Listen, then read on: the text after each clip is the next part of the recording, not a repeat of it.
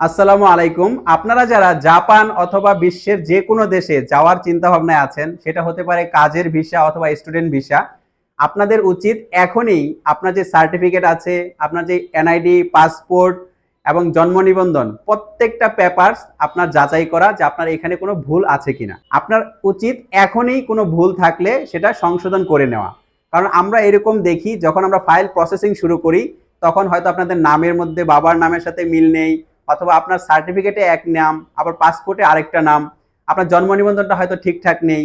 তো আপনি যদি এই সময়েই এখন দ্রুত এটা সংশোধন না করেন, তাহলে যেই সমস্যাটা হয় সেটা হলো ফাইল প্রসেসিং এর সময় 1 থেকে 1.5 মাস বা 15-20 দিন টাইম আপনি হাতে পান তাড়াহুড়া করে। তখন আপনার যে সমস্যাটা হয় সেটা হলো অনেক টাকা ব্যয় হয়ে যায় আপনি যদি ইমার্জেন্সি ওইটা সমাধান করেন, এবং আপনাকে অনেক ভোগান্তিতে পড়তে হয়। এবং শুধু আপনি না, আপনার ফ্যামিলি মেম্বারও অনেক দৌড়াদৌড়ি করতে হয়, এবং এটা নিয়ে খুবই আপনি লাইফে অনেক হ্যাসেল পোয়াতে হয়। তো আমি এই জন্য আপনাদের সকলকে বলে দিচ্ছি, আপনারা যখনই নিয়ত করবেন যে আমি বাহিরে যাব, তখনই আপনার যে ডকুমেন্টসগুলো আছে প্রত্যেকটা ডকুমেন্টস আপনার সেম আছে কিনা।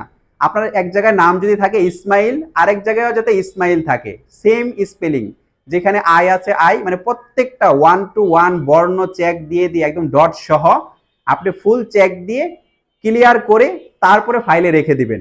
এর ফলে আপনি কিন্তু অনেক এগিয়ে থাকবেন অ্যাপ্লাইয়ের ক্ষেত্রে, ভিসা পাওয়ার ক্ষেত্রে, এবং এমবাসি যখন ফেস করবেন প্রত্যেকটা ক্ষেত্রেই আপনার কখনোই কোনো সমস্যা হবে না। আশা করি সকলেই বুঝতে পেরেছেন। সকলের স্বপ্ন পূরণ হোক এবং আপনাদের ফিউচারে যার যেই প্ল্যান আছে ওই প্ল্যান বাস্তবায়ন হোক, এই দোয়া থাকলো। আসসালামু আলাইকুম।